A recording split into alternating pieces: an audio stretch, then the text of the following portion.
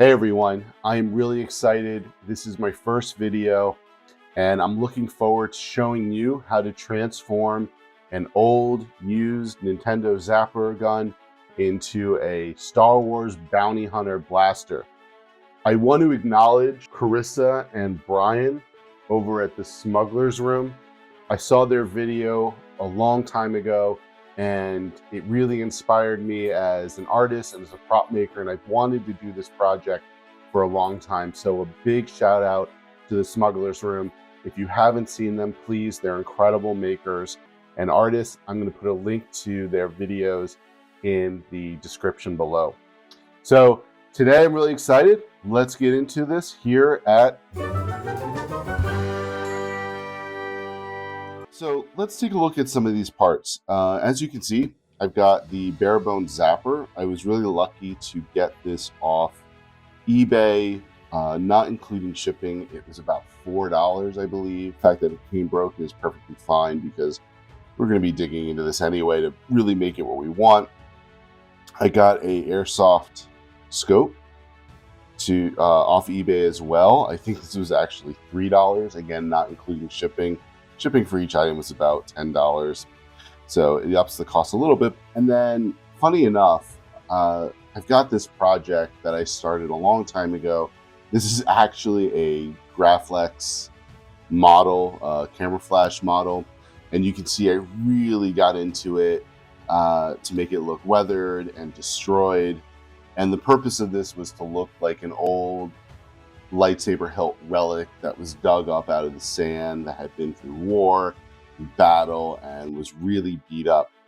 But I lost interest. And so I think the hope is to take this old lightsaber hilt that I was working on and try to combine it with the Zapper gun to make our own sort of bounty hunter, handmade, grungy, dirty Star Wars blaster.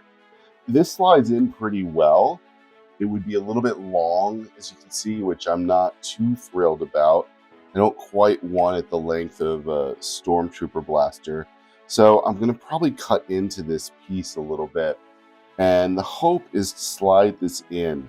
But to do that, we're going to have to cut off a huge part of the zapper just to make room. Because I'm going to actually attach mechanically the scope on top. And so in order to do that, I need a screw or a bolt, something to secure it, and having that long zapper barrel is just going to get in the way. Let's take these pieces. I've got a bunch of other greebles and extras and found objects, and let's go over to the workbench and see what we can create. So here we've got the piece. You can see it's stuck together. The goal is to cut out of here, and I only get one shot, parts of the hilt and slide it up. So I'm going to use the rotary tool for that. Please make sure that you are wearing safety glasses, whether you're using any kind of device that's cutting, that's going to create shards. Please make sure that you have safety glasses on. Now I only get one shot at this, so hopefully it goes well.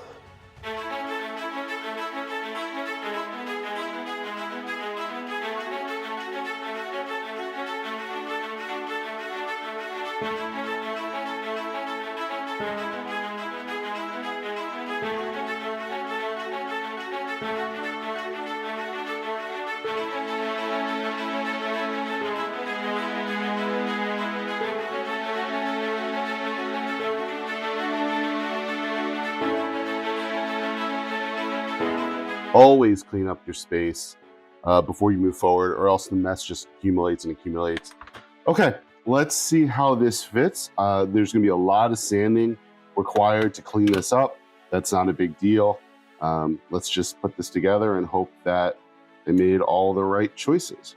So let's take a look at the result. You can see I did a lot of cutting off this. It's quite the hack job. I'll have to go back and really sand this. Thankfully, this plastic is very soft, as is the PVC piping.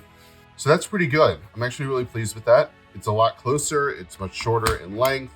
This affords me the opportunity to do a mechanical attachment, which is going to make it a lot sturdier and stronger. I don't have to just rely on glue. But before I attach this, I really got to go through and sand everything so that paint sticks to it. I'll clean it with alcohol as well, just to make sure I get all the debris away, and we will go from there.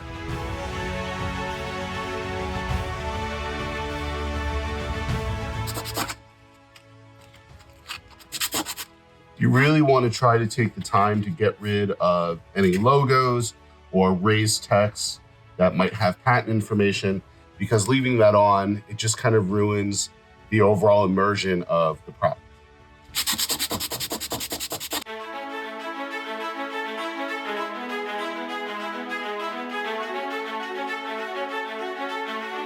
For our next steps, I want to work on the mechanical connection between these two pieces. I want to get all that figured out now. So let's go ahead and add a hole through the top of this piece that will go into the zapper.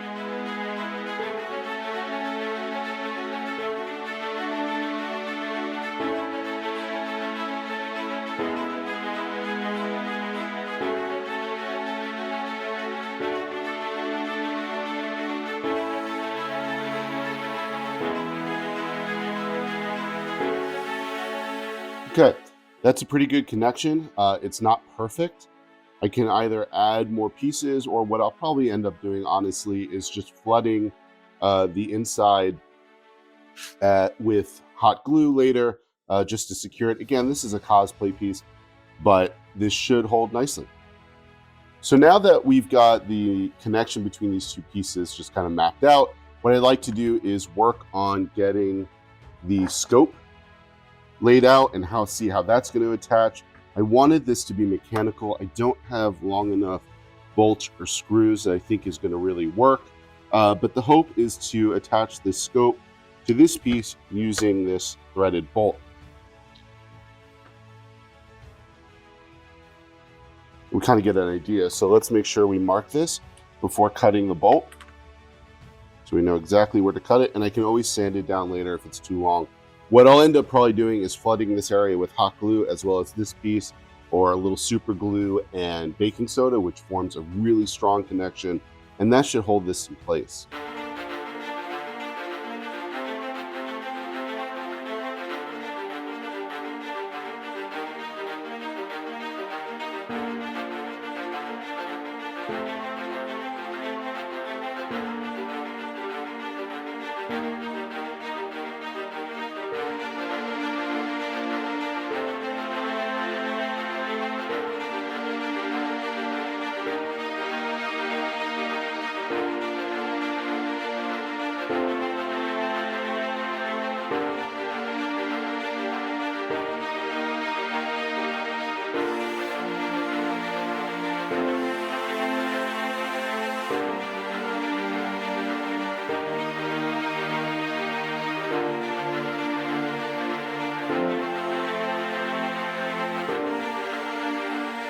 Okay, this looks like a pretty strong hold. I don't think that's going to go anywhere. You can always reinforce it again later. I will probably add baking soda and super glue just to fill in that area a little bit more. But otherwise, let's take a look and see how this fits.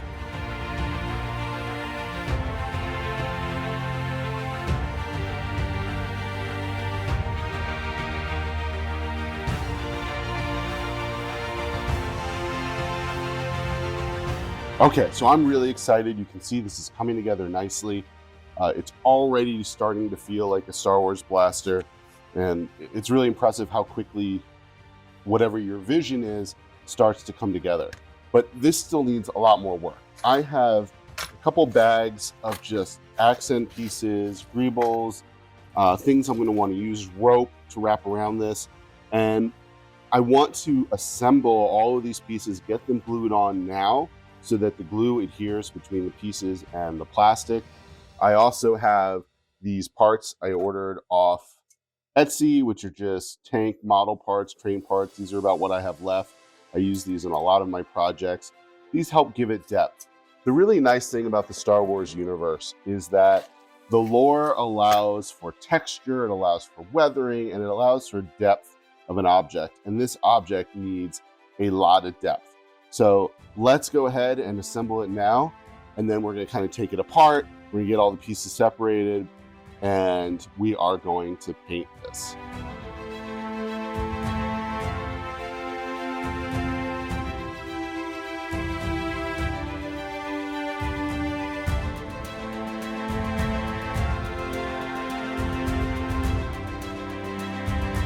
As I mentioned earlier, the reason for this hole in the hilt was this was supposed to be destroyed during a war. It was a relic, and inside you could see an exposed kyber crystal chamber. I don't want this visible anymore. I am going to cover it in rope, something like a handle piece for the bounty hunter.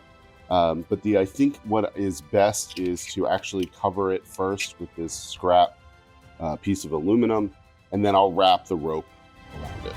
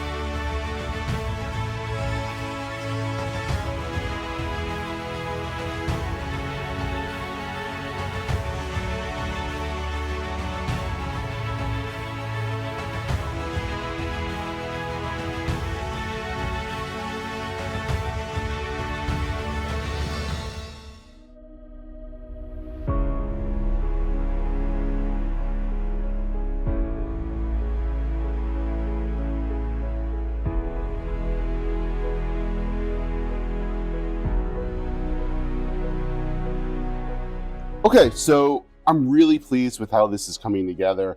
It's got a lot more interesting details, a lot more layers, a lot more texture.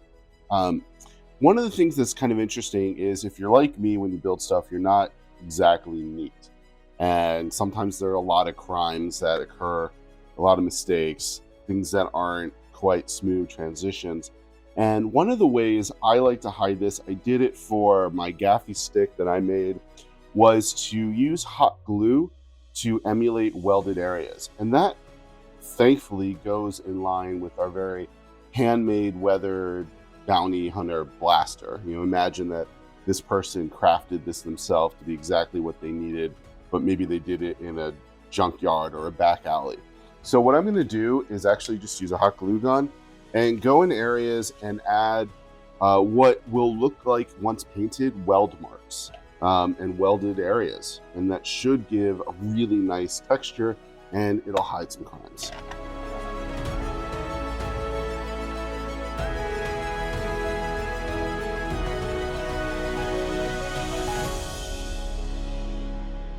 Okay, so we are going to let the hot glue dry. Because I added the hot glue in a lot of places, even areas that did not require it, it's going to add a lot more consistency. It's going to look purposeful rather than accidental. And that's really important. You know, happy accidents happen, but you kind of want to make them look purposeful in the end if you can help it. So you go through and you add repetitive patterns that match those mistakes or accidents, and it looks as though you intended to do it.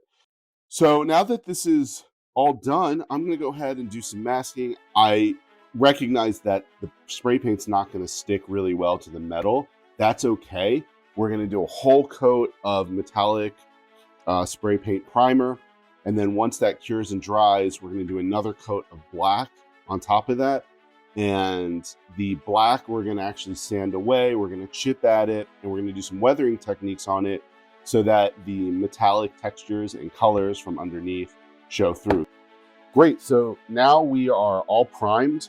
It has multiple layers of metallic primer, and then multiple layers of satin clear coat on top to protect the silver paint later when we do some weathering and chipping. Speaking of chipping, there are many ways to chip paint on a prop. You can emulate it just with brush strokes and a paint marker or rub and buff, or you can actually chip the paint. One easy way and cheap way to chip paint is with just yellow mustard. It's cheap, it's affordable, you've got it in your refrigerator, and what you do is you strategically place areas of mustard onto your prop, and then when you cover it with the next layer of paint, those parts that were covered with mustard won't adhere and they chip right off, and it gives you a really natural look that's industrial, that's worn, rather than you sort of strategically trying to paint and emulate chips.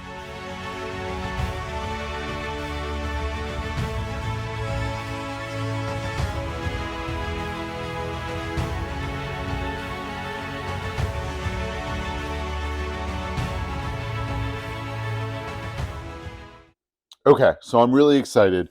The black paint has cured, and you can actually see there are a few points where the mustard was already chipping off the paint when I took it out of the spray booth. So what I'm going to do now is just take a wet or a damp paper towel, and I'm going to go through and try to find all those areas that I may have added mustard. Here you can see it just chipped the paint right off. You kind of rub a little bit, but not too hard. You certainly don't want to damage the rest of the piece, but you can see how sort of organic those chips really become, and you just don't emulate that the same way if you are trying to paint it. It just doesn't have the same effect.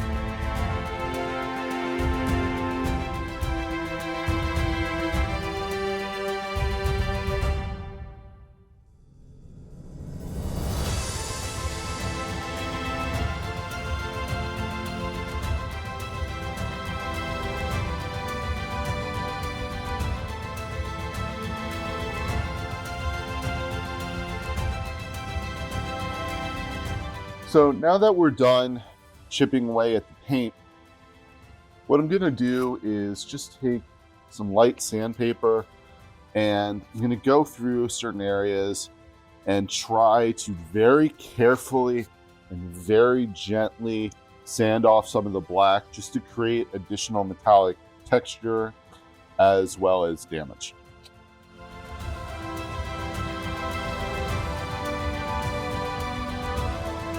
Again, you can do this with a paintbrush.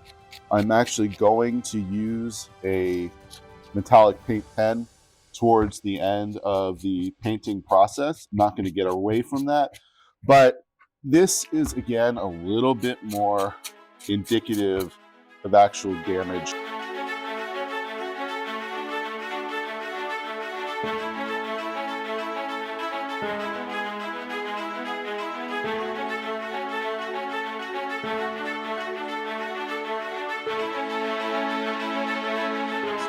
This is very exciting. So next steps are to go through actually with Mod Podge.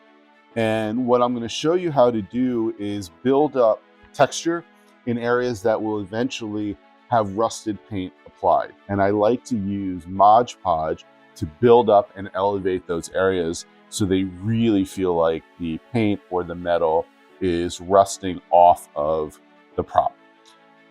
So as I mentioned, Mod Podge is a great medium for building up texture. It dries clear, it adheres really well to paint, paint adheres really well to it. The only thing to know is that Mod Podge will settle and it will dry flat. So in order to really build up those textures, you have to let it dry and get tacky, and then you build it up. I'm going to use a hairdryer to speed up the process. You certainly don't have to, but I'm impatient.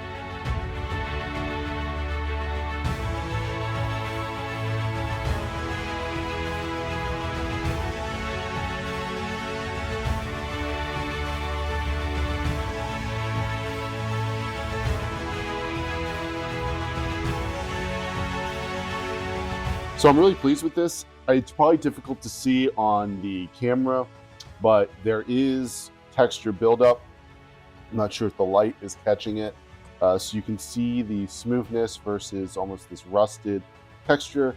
And that's going to guide me as I start to add my browns and my blacks and my other colors to help weather this and really give it a rusted feel. Off camera, I'm also going to spray paint the handle brown. I would like to have this more of a wooden texture rather than carbon fiber or a metal or any other kind of industrial material. I would like this to be a little bit warmer in contrast to the other colors that we see here. This is probably my favorite part of the whole process, and that's the final weathering techniques, actually using a brush and getting dirty. The three main colors I tend to use for rust are yellow ochre, sienna, or burnt sienna. And I kind of combine them and I mix them and I dab them in. My brush is wet for this, or it's damp. I'm not going to water down these paints. This isn't a wash. These are meant to have some thickness, have some texture to them. So I don't want them to just disappear or wipe off. Once we are done with the rusting, I'm going to use actually this printmaking ink called Speedball. It is water soluble. I am going to add water to this, and we can do some weathering across, get some nice wood lines or wood grain, and we're definitely going to dirty up this rope. I like to start with the darks. I think it's easier to control. You can see I'm just going to dab a little bit, but I do really want this to build up, and it's bringing out that beautiful texture that the Mod Podge created, and really find those areas that you added Mod Podge to and follow those as a template for adding your rust texture. I don't want to wipe that much away. I really want it to feel dirty and worn. You can see it's really sitting in those crevices and those cracks of the Mod Podge and building up that texture. We are going to be weathering this and adding black wash on top. That's going to tone down a lot of these colors as well.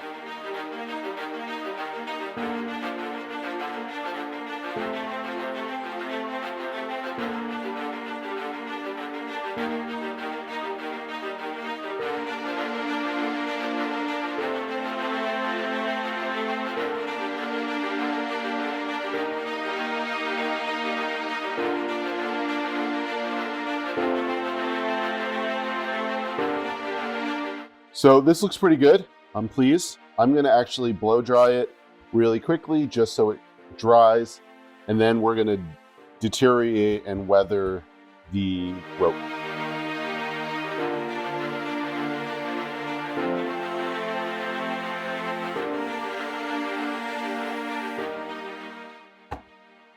Okay, great. To weather the rope, I'm going to actually use some sandpaper.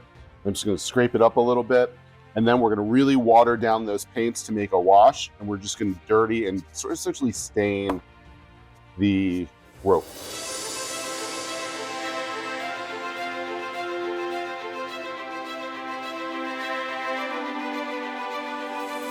So the last step is actually to add a black wash. We are going to sort of wipe away a lot. I'm going to try to emulate a little bit of wood grain in the handle. I'll probably use a dry chip brush to give it a little bit of texture, and then we should be done. So again, I'm going to use this Speedball block printing ink. It is water soluble. It's okay to use the dirty water.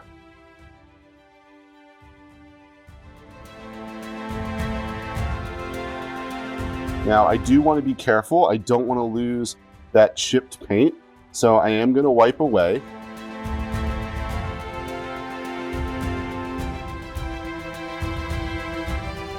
This will also tone down some of the rust effect. This will help kind of reel that in.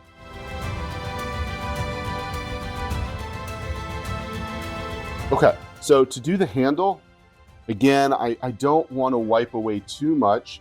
I do want there to be a wood grain effect. So I'm going to be very careful with this. I'm going to brush it on in one direction. I do want it to get into the grooves of the handle.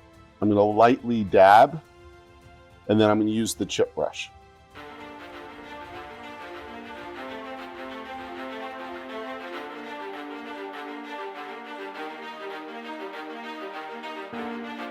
Last, I think I want to give this a little bit of warmer tone just on top.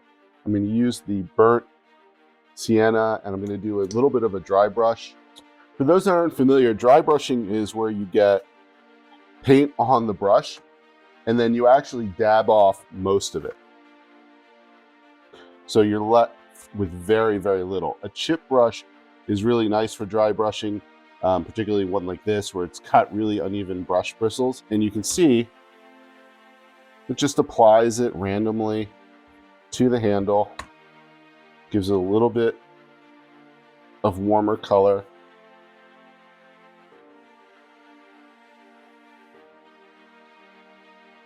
Okay, this looks great. I'm so excited for this.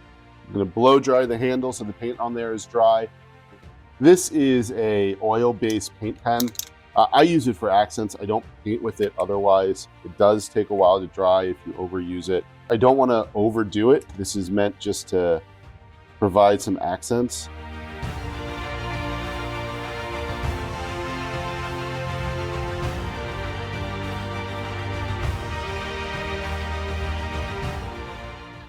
Okay, well, this is exciting. I'm really pleased with how this turned out. This is my first video and it was a lot of fun to produce, and I can't wait. I have a whole series of props that I'm just ready to build. So why don't we take this back to the studio for the final review.